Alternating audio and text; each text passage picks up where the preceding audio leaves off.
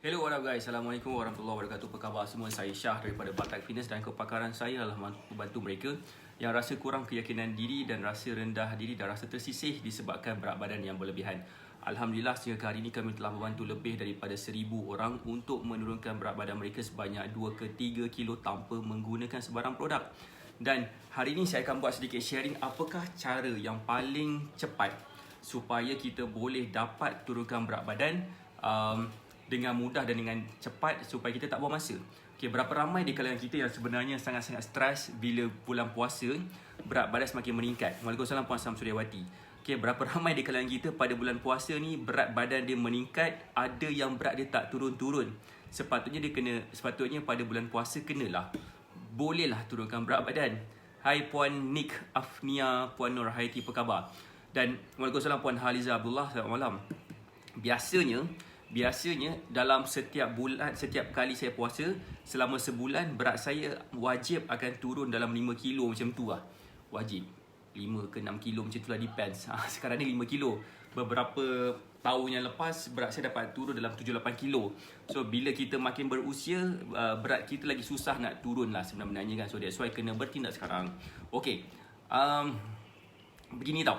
Begini ni adalah, maksud saya begini. Bila kita nak turunkan berat badan kan, ada beberapa cara yang akan menyebabkan berat badan kita dapat turun secara sihat dengan cepat. Siapa nak tahu? Boleh tak komen saya nak tahu? Boleh ke bagi saya love banyak-banyak dan boleh tak share Facebook Live ni kepada seberapa banyak tempat yang mungkin. Waalaikumsalam Puan Nur Haiti. Apa khabar? So, boleh tak komen dah ready? Kalau dah ready, boleh ke bagi saya love banyak-banyak. Kalau dah ready, hai. Assalamualaikum Puan Aida Syah. Apa khabar? Alhamdulillah. Okay, gini.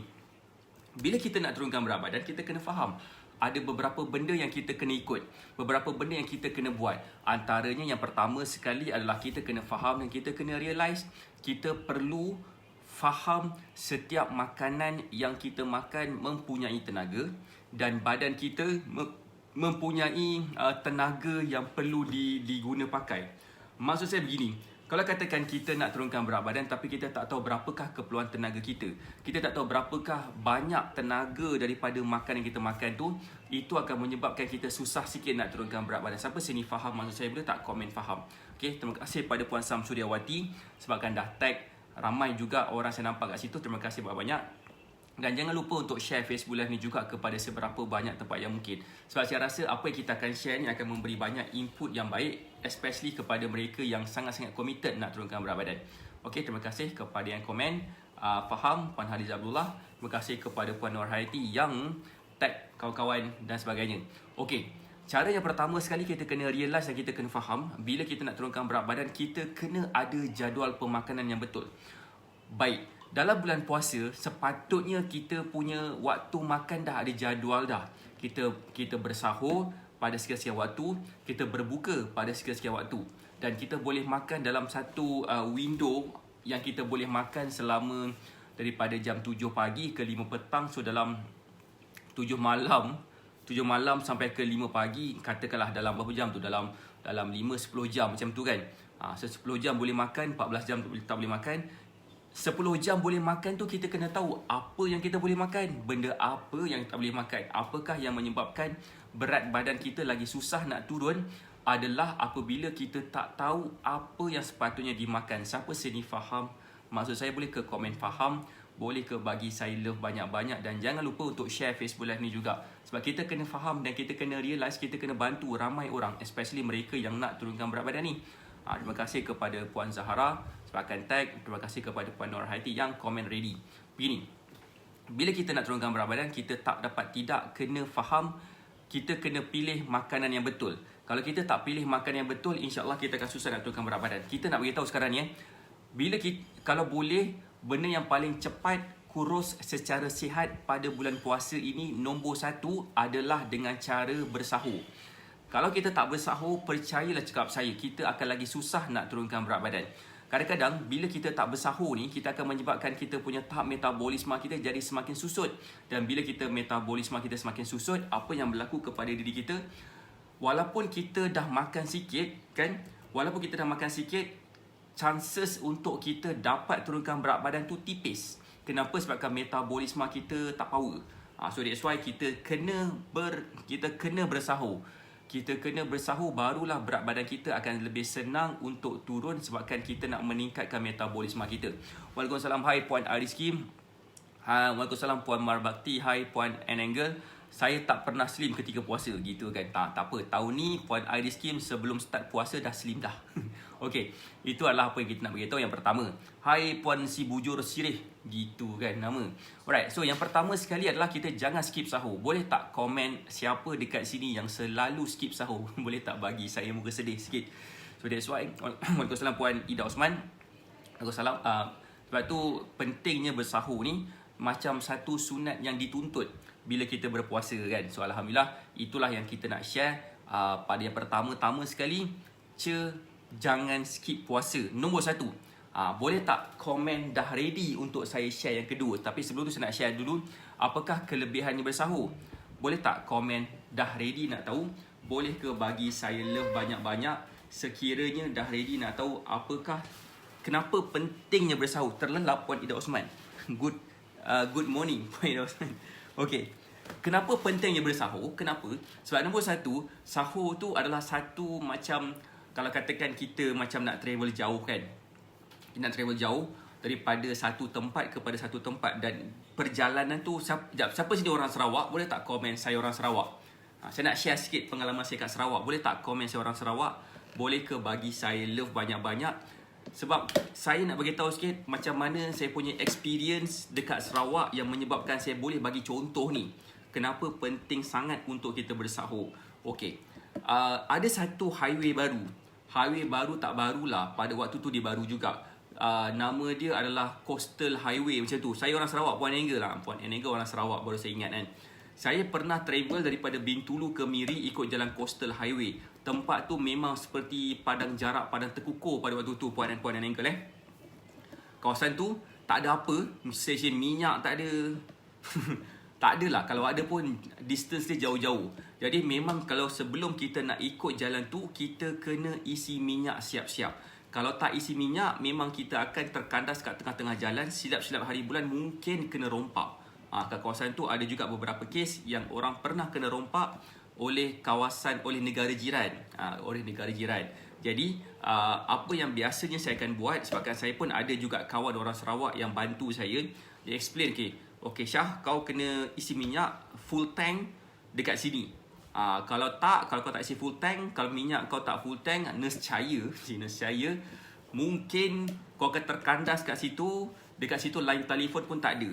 Macam mana? Line telefon pun tak ada sebabkan pada waktu tu kita orang tengah nak develop telecommunication network dekat Sarawak masa tu. So kadang-kadang kita akan selalu travel. So tempat tu memang tak ada lagi coverage. So that's why kita dihantar dekat sana untuk develop telecommunication network dekat Sarawak masa tu. Dan pada waktu tu, alhamdulillah saya isi minyak penuh-penuh, full tank, baik punya. Tapi tak adalah sampai satu tahap saya buat macam satu lagi botol besar untuk saya isi minyak kan. Dah kenapa? Tak ada sampai gitu sekali lah. Tapi sebenarnya konsep dekat sini sama je pada kita bersahur ni. Sebab pada waktu kita bersahur, kita akan menjalani keadaan yang mana kita tak boleh puas, kita tak boleh makan daripada jam 5 pagi katakan ke 7 petang, 7 malam. So 14 jam total kat situ. Bermaksud kita kena makan sikit. Kalau tak nanti tengah-tengah jalan kita mungkin terkandas. Maksud terkandas tengah-tengah puasa ni seperti macam penat sangat, lapar gila kan. So itu yang kita tak nak. Kalau ada yang kena gastrik pula lagilah kan. Memang kena bersahur awal. So that's why kita tak nak kita punya puasa kita terkandas. Dia akan menyebabkan kita dapat macam-macam penyakit pula. Contohnya tentu gastrik. Siapa sini faham? Maksud saya boleh tak komen faham? Boleh ke bagi saya love banyak-banyak? Hai Puan Zaitun Mokhtar. Yang dulu jalan tak berapa baik, sekarang dah okey sudah coach. Oh ya ke? Okay, Puan Anangle. Saya pun pernah juga accident dekat jalan Sibu ke Mukah. Bukan saya bawa kereta, saya punya bos bawa kereta terbalik sebabkan nak elak bangkai anjing punya pasal. But anyway, apa yang saya nak share dekat sini, konsep dia begitulah. Okay, yang kedua, kenapa kita kena bersahur? Disebabkan bila kita makan, kadar metabolisme kita meningkat. Ramai orang yang saya kenal, especially mereka yang dah lama dengan kita kan, kenapa mereka susah nak turunkan berat badan? At first disebabkan apa? Sebabkan metabolisme mereka tak tinggi sangat. Kenapa metabolisme tak berapa nak tinggi? Sebabkan pertama faktor usia, kedua jarang exercise, ketiganya pun sebabkan kurang makan juga. Okay, saya nak fokuskan tentang kurang makan. Bila kita punya badan, bila kita kurang makan yang menyebabkan badan kita ni macam tak cukup tenaga untuk supply tenaga tersebut daripada makanan kepada sistem dalam badan kita. So salah satu sistem yang saya nak share dekat sini adalah sistem metabolisme kita lah, yang dikontrol oleh kita punya thyroid dan sebagainya. Okay, so ada banyak lagi sistem dalam badan kita yang perlu diberikan tenaga, tenaga. Yang paling penting sekali adalah otak. Kalau katakan kita makan sikit, kita punya otak masih lagi boleh berjalan. Kita punya jantung, kita punya paru-paru, kita punya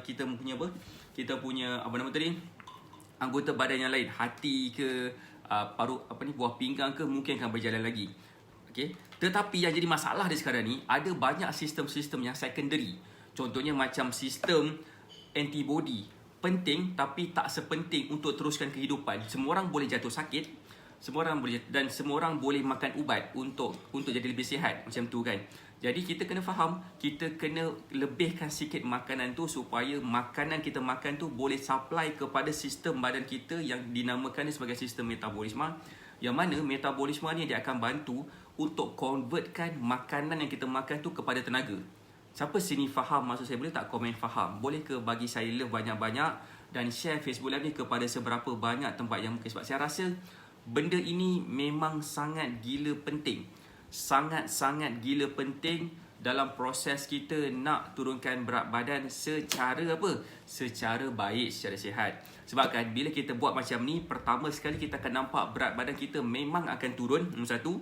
Nombor dua, bukan setakat dapat berat badan kita turun saja, malah pada bulan puasa nanti, disebabkan metabolisme kita metabolisme kita dah okey, pada hari raya nanti kita akan lebih senang untuk turunkan berat badan. Atau kita dapat kawal bentuk badan dan berat badan yang kita dah dapat capai.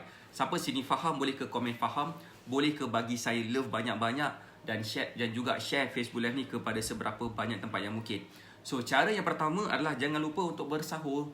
Bersahur itu penting. Nombor 2, siapa dah ready untuk mengetahui nombor 2 boleh tak komen dah ready. Yang benda ni saya rasa sangat gila penting juga untuk kita faham. Ramai orang ada masalah macam ni.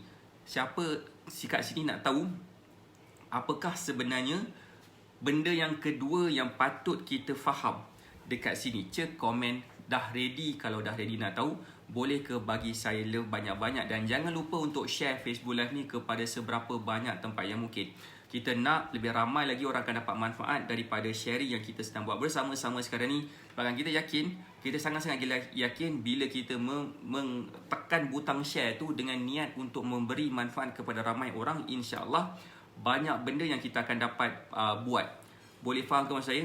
Terima kasih kepada komen dah ready. Yang kedua adalah ramai orang ada masalah macam ni. Apakah masalah itu? Mereka makan kurang protein. Sebabkan protein ini adalah sejenis makanan yang dalam makronutrients dia protein. Waalaikumsalam Cik Tak, apa khabar? Okay. Makronutrients protein tu sangat penting untuk badan kita punya, pertama, hormonal punya behavior, nombor satu. Nombor dua, untuk kita rasa kenyang. Dan nombor tiga adalah untuk bantu kita meningkatkan metabolisme kita. Siapa sini nak faham tak satu benda? Okay. Ramai di kalangan student saya yang mempunyai masalah, mereka kurang makan protein. Mereka makan nasi banyak, mereka makan karbohidrat banyak, mereka makan makanan yang berlemak banyak, tapi protein kurang. Contoh protein seperti ayam, ikan, daging, telur dan sebagainya. Dan ada juga plant-based protein juga yang kita boleh makan, tapi saya rasa macam orang Malaysia tak ramai yang makan plant-based protein. Normally Indian akan makan banyak plant-based protein ni sebabkan ramai juga di kalangan mereka yang saya kenal yang adalah seorang vegetarian. So mereka yang faham ni akan makanlah. Orang mereka yang macam bersifat atlet ni, ataupun inclination terhadap macam lebih suka pada benda-benda yang berkaitan dengan atlet dan sebagainya, mereka akan makan plant-based protein. Katanya plant-based protein ni lagi baik daripada animal-based protein. Anyway, itulah topik yang agak heavy sikit. Saya tak perlu share dekat sini. Tapi kat sini adalah saya nak share, ramai orang tak cukup makan protein. Kurang makan ayam, kurang makan ikan, daging, kurang apatah lagi kurang makan sayur dan sebagainya. So that's why ramai di kalangan kita yang mempunyai masalah ketidakstabilan hormon. Ramai juga di kalangan kita mempunyai bentuk badan yang out of shape. Ramai orang ada masalah seperti ramai orang juga ada masalah seperti macam mana? Masalah kencing manis, darah tinggi, bukan masalah tak makan protein, tapi disebabkan ketidakseimbangan makanan yang dimakan. Maksud ketidakseimbangan ini bukan makan sayur, kena lebihkan makan buah-buahan tapi kurangkan makan berminyak, bukan. Lebih kepada keseimbangan macronutrient ratio. Boleh Google nanti macronutrient ratio, lain orang lain dia punya nisbah dia. Untuk orang yang selalu exercise, nisbah dia lain. Untuk orang yang tak exercise langsung, nisbah dia lain. Untuk orang yang exercise, yang suka berjogging, nisbah dia lain berbanding dengan orang yang exercise setiap minggu, yang selalu pergi gym, nisbah dia lain.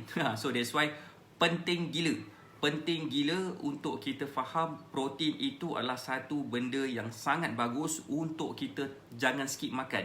In fact, sebenarnya banyak juga makanan Rasulullah ni yang melibatkan plant based, animal based protein. Macam suka makan kambing kan, macam minum susu. Itu semua mengandungi protein yang daripada animal base. Boleh faham ke? Boleh faham? Itu yang cara yang kedua yang kita kena faham. Cuba pastikan kita makan protein daripada mana? Daripada masa kita makan sahur tu, kalau boleh kena ada protein. Pada waktu berbuka pun kalau boleh kena ada protein. Itu sangat-sangat bagus kalau katakan kita dapat proceed. Siapa sini faham? Maksudnya boleh ke komen faham? Saya risau je saya cakap ni, takut tak ramai faham. Kalau boleh, saya nak kita semua yang menonton Facebook Live ni faham dan tahu macam mana cara nak buat supaya apa? Supaya bukan setakat kita dapat turunkan berat badan sahaja, malah kita juga akan dapat jadikan diri kita, kita akan dapat susut saiz baju kita kepada saiz yang lebih kecil dan akan dapat kekal kecil pada waktu raya nanti. Itu dia punya point dia sekarang. Terima kasih kepada Cik Ta dan Puan Ena Nawashin dan Puan Haliza Abdullah yang kami faham. Okey, yang kedua tadi tu adalah protein. Yang ketiga, siapa dah ready untuk mengetahui yang ketiga? Boleh ke komen dah ready? Boleh ke bagi saya love banyak-banyak kalau dah ready? Puan Nur Hayati pun kata faham. Macam ada orang selalu jogging, berapa nisbah dia? Susah nak bagi tahu Puan Ida Osman sebenarnya. Sebab nisbah ini kita perlu kira berapakah keperluan kalori dia dulu. Berapakah keperluan tenaga yang digunakan untuk sehari tu. Boleh faham tak? Dan dari situ kita boleh buat nisbah. Kita tak boleh buat nisbah suka hati macam 50% untuk karbohidrat contoh kan. Tak semestinya. Kadang-kadang dia kena 30% je. Sebabkan dia dah makin berusia, dia juga jarang exercise dan sebagainya. Okey, terima kasih kepada komen dah ready. Alright, terima kasih kepada komen. Yang ketiga adalah pada bulan puasa juga, kalau boleh cuba dapatkan minum air sebanyak 8 gelas sehari pada sepanjang bulan puasa.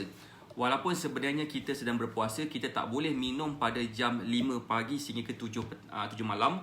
Okey? Tapi kita boleh minum air daripada jam 7 malam ke 5 pagi esoknya. Boleh faham tak? So, kalau boleh please jangan sesekali skip minum air. Jangan sesekali skip minum air. Kerana apa? Kerana kalau kita kurang minum air, dia akan menyebabkan bukan setakat dehydration, tetapi kita punya functionality organ kita pun, banyak organ dalaman kita dia berasaskan air yang menjadikan functionality dia lebih baik. So kita nak pastikan jantung kita, otak kita, paru-paru kita, terutamanya muscle kita, supaya dia cukup air. So cara dia macam mana adalah minum air secukupnya. Macam kata Puan Ariskim, 8 gelas sehari pun okey. Tapi yang paling terbaik sekali, pastikan pada jam 10 malam setiap malam, pastikan warna urin kita warna jernih. Kenapa 10 malam? Sebabkan kita dah buka puasa pukul 7 tu katakan, dan kita minum air dalam 2, 3, 4 gelas dalam tempoh 3 jam tu. Kemudian esoknya sebelum tidur malam tu nanti minum lagi segelas 2. Besoknya pada waktu sahur tu minum lagi dalam segelas, 2 gelas, 3 gelas. Pastikan warna urin warna jernih, bukan warna macam kuning Kuning pekat. Faham tak kuning pekat macam mana? Kalau macam warna dia kuning macam ni, ini bukan kuning, ini oren. Ni namanya nak meninggal. Kalau boleh jangan warna urine macam, jangan warna kuning macam ni. Warna kuning tu macam mana? Warna kuning jernih lah. Faham tak maksud saya? Warna kuning jernih. Kalau boleh kita pastikan warna dia warna kuning jernih. Itu adalah yang ketiga. Saya banyak share malam ni kan. Okey, cek malam. Jangan cek siang. Cek siang memang kita dehydrated sebabkan kita tak cukup minum air. Tambahan pula cuaca Malaysia yang sangat sejuk ni menyebabkan kita lagi susah sikit nak dapat capai dia punya warna urine yang jernih. Okey, sebabkan faktor persekitaran, faktor luaran. Kalau katakan duduk bawah aircon, macam kerja bawah aircon dan sebagainya pun sama juga. Dia akan bagi kita rasa dehydrated disebabkan kita banyak minum, kita banyak terdedah kepada suasana yang kering. Macam aircon tu dia akan bagi kita kering kan. Itu adalah yang ketiga. Siapa sini yang rasa apa yang saya share ni bagus? Boleh ke komen bagus kalau rasa bagus, boleh ke bagi saya love banyak-banyak kalau bagus. Sekiranya korang rasa apa yang saya share ni bagus, boleh tak tekan butang share kepada 10 tempat, 20 tempat, sebab ramai orang perlu tahu benda ni. Ramai orang kena faham benda ni. Kita yakin pada bulan puasa ni sebenarnya ramai orang berjaya turunkan berat badan. Tapi sebenarnya sangat-sangat majoriti daripada mereka yang berjaya turunkan berat badan ni, okey, mereka dapat turunkan berat badan secara tak sihat. Kita faham tak? Mereka punya metabolisme semakin menurun. So that's why pada hari raya tu, hari pertama raya berat badan tu naik sebanyak mana yang dia berjaya turun sepanjang bulan puasa. Itu petanda yang tak baik kepada berat badan kita lah. Boleh faham ke saya cakap ni? Sebabkan itu yang petanda kenapa pada hari raya pertama berat badan kita naik mendadak. Lagi tinggi berat badan kita naik pada hari raya pertama tu. Walaupun sepanjang 3 bulan, sepanjang 30 hari tu kita berjaya turunkan berat badan. Yang berjaya turunkan berat badan 5 kilo. Tapi yang naik berat badan tu 10 kilo. Kenapa? Adalah sebab-sebab dia kenapa. So that's why penting sekali untuk kita dapat momentum penurunan berat badan yang baik sepanjang bulan puasa ni. Supaya apa? Supaya kita akan nampak berat badan kita berjaya turun dengan keadaan lebih baik. Okay, yang keempat. Siapa dah ready yang nak tahu yang keempat? Saya bagi bonus yang keempat beritahu ni kan. So yang keempat ni sebenarnya itu saya yang dulu Puan Aris Kim kata. Okay. Yang keempat ni saya rasa ini masalah saya. Masalah saya dulu.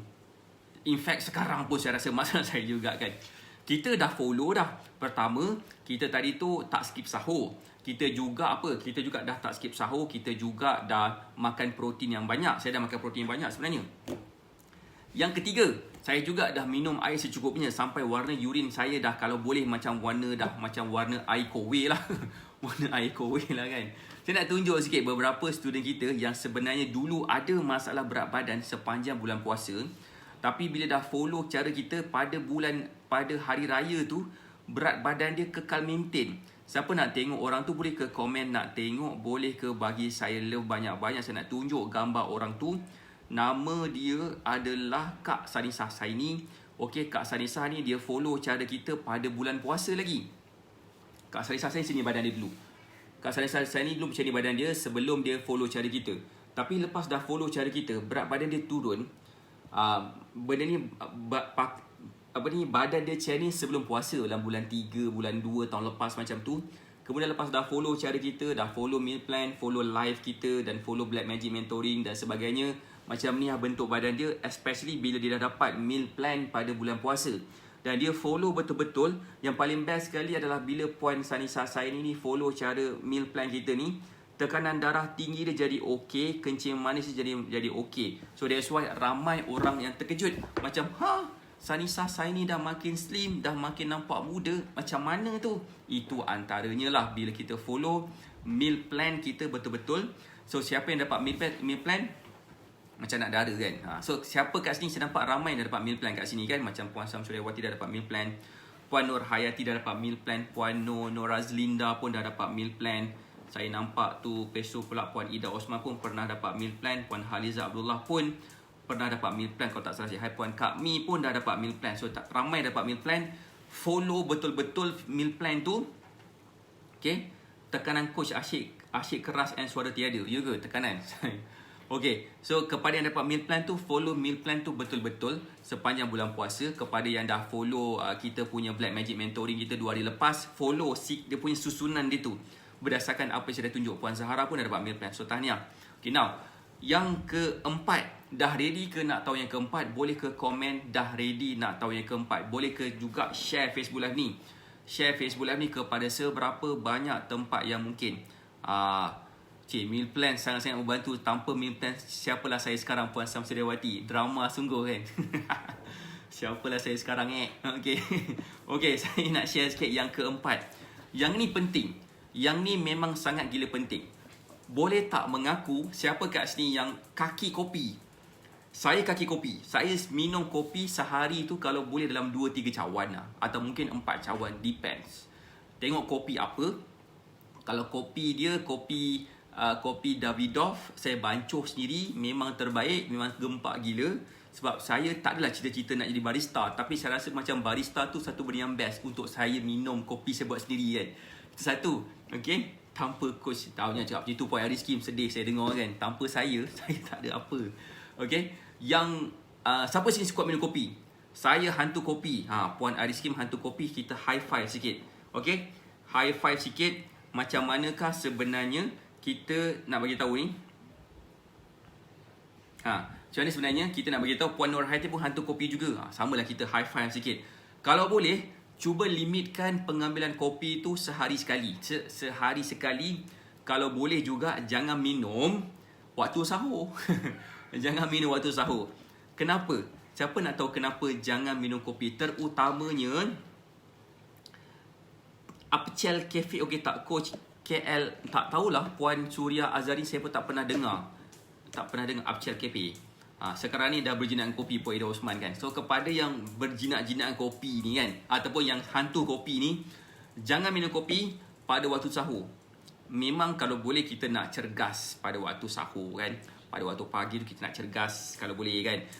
Bagus minum kopi ni, tapi satu masalah kopi ni, dia akan menyebabkan kita rasa lebih dehydrated. Walaupun kita dah minum air secukupnya, kita akan buatkan kita macam tak cukup air sebabkan kita minum kopi. That's why saya punya reference point bukan melihat berapa cawan air yang kita minum, berapa gelas air yang kita minum. Saya suka tengok warna urin sebab keperluan air individu berbeza-beza. Kalau katakan dia minum air kosong 7-8 cawan, tapi dia juga sulamkan air kopi 7-8 cawan, bermaksud dia masih lagi tak cukup lagi warna urin dia, warna urin yang jernih. Jangan minum time sahur. Kalau minum time berbuka, alamatnya tak tidur lah. So itulah kisah dia kan. So jangan, okay, kalau macam tu, saya punya cara kan Puan Ariskin, saya sebenarnya dah lali dah sebabkan saya hantu kopi. Saya dah tak minum kopi pun, kalau dah mengantuk saya tidur juga. Macam itulah. So dia tak kisahlah kopi apa pun. That's why saya rasa kopi tu memanglah membantu saya rasa macam setakat nak penuhi craving saya. Tapi sebenarnya juga kopi ni dia boleh bagi kita rasa lebih dehydrated. Kalau katakan kita minum pada waktu sahur, kita akan rasa lebih dehydrated. So kita kena minum air lebih lagi. So kalau katakan Puan Ariskim nak minum juga waktu sahur, boleh je. Bukan salah kopi untuk bila kita minum kita jadi macam tu. Salah dia adalah kalau kita tak cukup minum air. Balik pada nombor 3 tu balik, kita kena pastikan kita minum air secukupnya. Jadikan warna urin kita warna urin yang jernih. Kalau katakan kita minum kopi banyak, mungkin warna urin kita tak sejernih mana walaupun kita minum air sama banyak dengan hari yang kita tak minum kopi. Siapa sini faham maksud saya? Boleh ke komen faham? Saya minum kopi, okey je. Boleh tidur kalau dah ngantuk kan? Puan Ena Nawashin, high five sikit. Sebab saya pun macam tu. Dah mengantuk, tak kisahlah kopi ke, kopi O ke, kopi apa ke. Kau boleh tidur juga kan? So, that's why bagi saya, dah mengantuk tu tak kisahlah. Mungkin lelaki kot. Mungkin banyak kerja, banyak fikir ke kan. So, itu bergantung jugalah. Saya dulu pada awal-awal saya minum kopi, masa saya belajar dulu, saya minum kopi memang tak tidur malam. Tapi dah lama-lama tu dah lali dah lah. Nak kisah dah minum kopi tak minum kopi. Apa pun sama je lah. Saya lah tu kan. So that's why boleh minum kopi waktu sahur. Bukan tak boleh langsung, boleh. Tapi kita kena pastikan berbalik pada nombor 3 tadi. minum air secukupnya sampai warna urin kita warna jernih. Siapa sini faham? Boleh ke komen faham. Siapa sini rasa apa yang saya share ni satu benda yang baik? Boleh tak tekan butang share lagi. Share kepada 10 tempat, 20 tempat biar lebih ramai orang akan faham ni. Sebab saya rasa sebab kita dah nak sampai dah bulan puasa, lagi 3 hari lagi. Lagi 3 hari lagi adalah hari puasa yang pertama, betul ke? Tak ada pula kalender kat sini. Pada lagi 3 hari je lagi kita dah nak puasa dah kan. So kalau katakan yang tak puasa, ni sebenarnya boleh je follow kaedah yang sama. Dia punya point di dekat sini adalah timing. Waktu timing makan, waktu timing minum, apakah benda yang kita boleh buat, apakah benda tak boleh buat, macam mana kita nak buat self-assessment. Benda ni penting. Self-assessment. Coach, saya nak share kat Korean drama. Boleh, saya kena cakap Korea. Saya kena belajar bahasa Korea lepas ni, Puan Aris Kim. Saya tahu bahasa Korea, dudu. Itu saya tahu. Dudu, tu lagu, lirik lagu. Okay, apa tadi? Dah hilang dah point dia. So, berbalik tentang tadi, daripada live ni saya dah share tadi beberapa perkara. Pertama, apakah do and don'ts. Nombor 2 tadi saya ada share juga macam mana nak buat self-assessment. Kita punya tahap warna urin kita tu menentukan berapa banyak air yang sepatutnya kita kena minum ekstra, ataupun adakah kita dah minum lebih, kan? Tak ada sebenarnya satu point yang mengatakan kita kena minum air, jangan minum lebih daripada 3 liter air ke 5 liter air ke, tak. Kalau katakan badan kita perlukan air, kita minum je air. Macam mana nak tahu? Tengok warna urin kita tu satu. Dan macam manakah timing makan. Apakah benda yang kita kena makan lebih, apakah benda yang kita kena makan kurang, apakah benda yang kita kena minum kurang dan kena minum lebih. So benda tu sangat penting sepanjang bulan puasa ni. Itulah yang menjadikan macam mana berat badan kita senang nak turun, terutamanya pada bulan puasa. Dan berat badan kita tak naik pada hari raya nanti. Kalau naik pun naik yang tak merisaukan. Okay? Naik yang tak merisaukan. Maksud dia macam dia berat dia naik, tapi berat dia naik sampai tahap baju XS dia, baju kebaya XS dia masih lagi boleh pakai. Macam kalau katakan benda tu berlaku, saya rasa ramai orang akan rasa happy, betul tak? So itulah apa yang saya nak share. Terima kasih Puan Aris Kim sebabkan share dekat dalam Korean drama. Facebook Korean drama. Okay, so siapa kat sini yang rasa apa saya share ni benda yang best, benda yang bagus, boleh like Facebook page Chai AK. Boleh juga komen NKSC. Komen NKSC ni tujuan dia adalah untuk masuk dekat dalam community kita, supaya kita tak terlepas daripada segala event, segala sharing yang kita buat setiap hari. Kita akan buat kita akan buat hari-hari. Sepanjang bulan puasa juga, kita juga akan exercise. Kita juga, kalau saya rajin, saya nak memasak juga untuk saya share. Dan minggu lepas saya ada bagi tahu, kita ada buat sedikit challenge. Challenge apa? Challenge masak 30 hari raya, 30 hari bulan puasa. Maksudnya kita makan masakan yang kita masak sendiri, sebabkan dia akan memberi banyak benda yang best pada waktu kita nak turunkan berat badan. Sebab kita lebih in control terhadap berat badan kita dan kita punya progress. Kita punya progress berat badan lah. Semacam Puan Ida Osman dah komen NKC. Terima kasih kepada Puan Ida Osman. Kejap lagi Saka kita akan jemput Puan Ida Osman untuk join Telegram channel kita, Community NKSC secara percuma. Sekiranya korang berminat nak turunkan berat badan tanpa produk, boleh hubungi, boleh komen NKSC. Kalau katakan nak dapatkan meal plan, boleh hubungi konsultan Batal Fitness yang berhampiran dengan kawasan masing-masing. Ataupun klik dekat pin komen dekat bawah tu hang.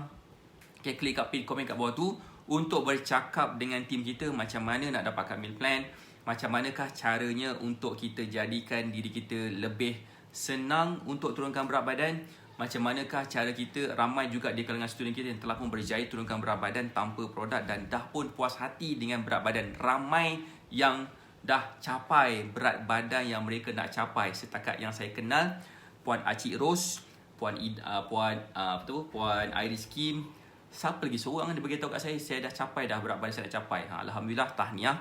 Sekarang ni jangan fokus kepada berat badan saja, fokus kepada bentuk badan dan tahap kesihatan. So benda tu kita akan jadi lebih sustainable lah.